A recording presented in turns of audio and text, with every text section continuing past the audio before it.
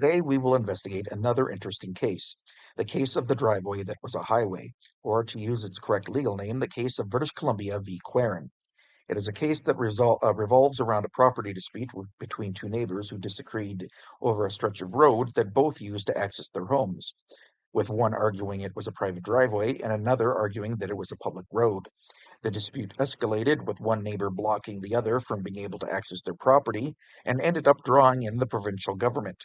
The case was decided in the Supreme Court of British Columbia in 2023, but the story begins decades earlier. In 1991, Mr. Curtis Querin purchased a parcel of land in a rural area of northeastern British Columbia, just outside the village of Pouce Mr. Querin and his wife Deanne Querin then proceeded to build a home and live on the property. At the time Mr. Querin made his purchase, there already existed a roadway which crossed over the land, providing access to their new home site.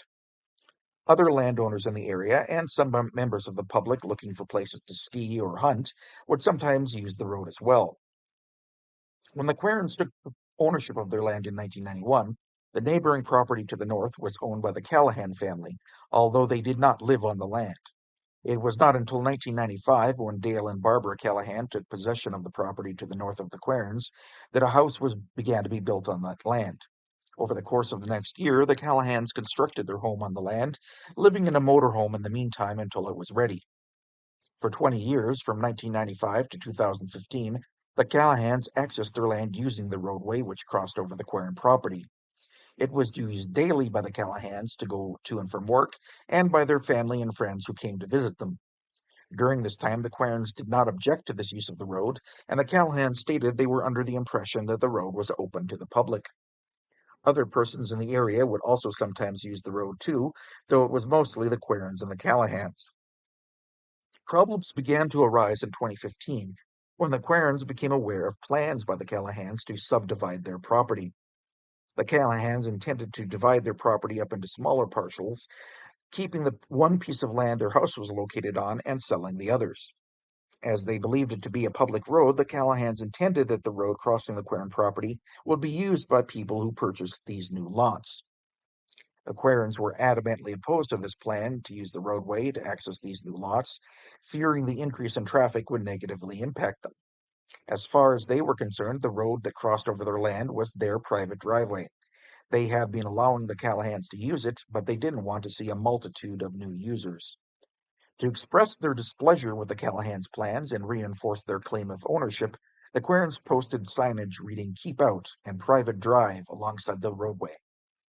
In 2017, the dispute reached a whole new level when Mr. Querin installed several barriers.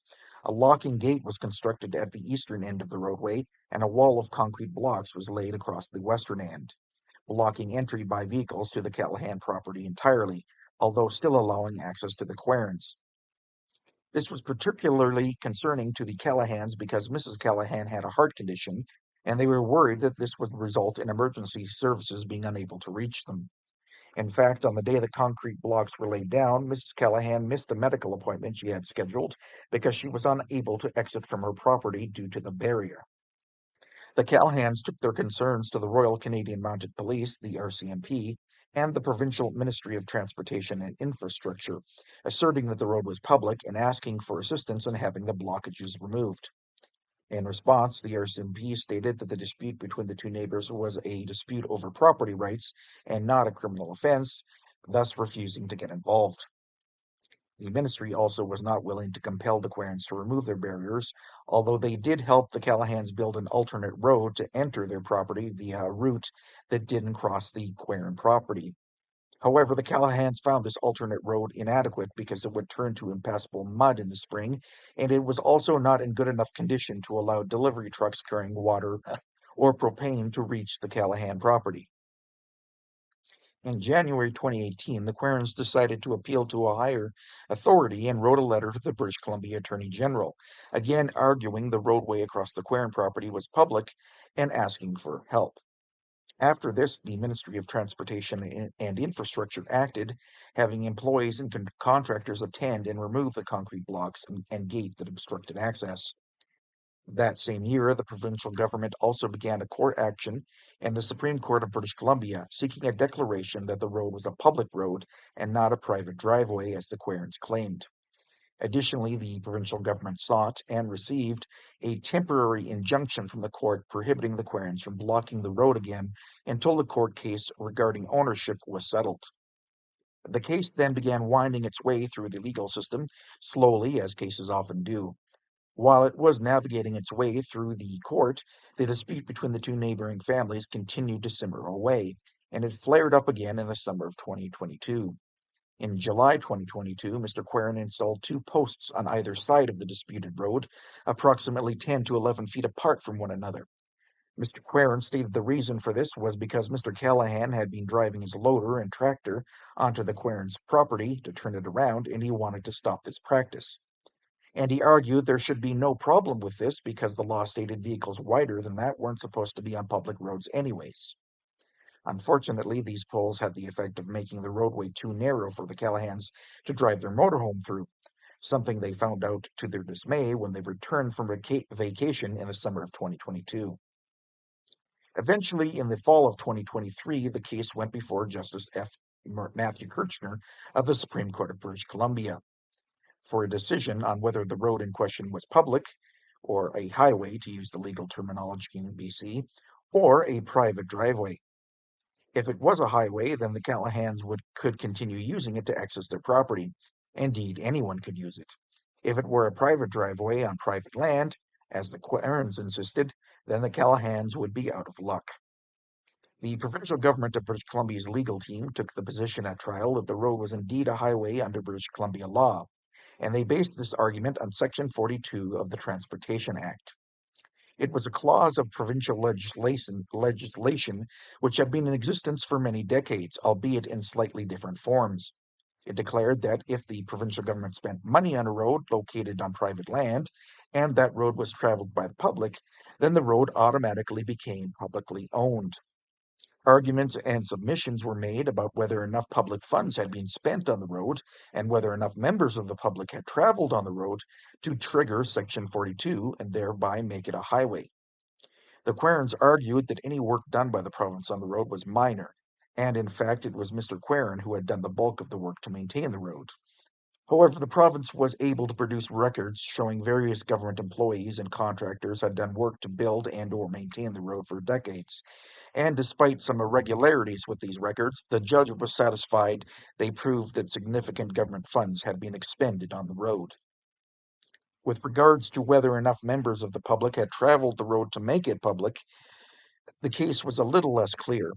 The justice remarked that despite some occasional usage by members of the public, most of the road users had either been the Querins or their visitors up until the 1990s when the Callahans had moved in to the neighboring lot. From then on, the Callahans and their various guests had been using the road on a more or less daily basis. This was, in the judge's opinion, sufficient to meet the threshold of making it public, although he noted the case would have been stronger if there was a greater diversity of persons who used the road regularly. Having made these findings, Justice Kirchner made a declaration that the road was a public highway within the meaning of Section 42 of the Act, and therefore belonged to the provincial government. Consequently, the Callahans and all other members of the public could continue to use this thoroughfare. However, the justice did refuse to grant the provincial government's request to order the Querins to pay for the costs of removing the concrete block wall and gate they had built in 2017. The justice also declined to make an order declaring how wide the public highway was. The province had requested that he declare the publicly owned road was a two-lane one, and instead the justice left this matter unresolved for the time being. And there ends our story of what, on its surface, looked to possibly be a private driveway and was found to be a highway. It was a contentious matter, stirring up animosity between neighbors and resulting in the government having to step in to reach a resolution. And surprisingly, it's a story that is more common than one might think. The British Columbia Ombudsperson, an official responsible for investigating complaints made against the provincial government and other public bodies in the province, recently released a report called On the Road Again, fixing a long-standing injustice in Section 42 of the Transportation Act, which detailed how disputes of this kind have been occurring for decades. The report criticized how Section 42 of the Transportation Act had been used over the years, creating scenarios where property owners end up losing portions of their land to the government without even realizing it, and fueling uncertainty over who owns what.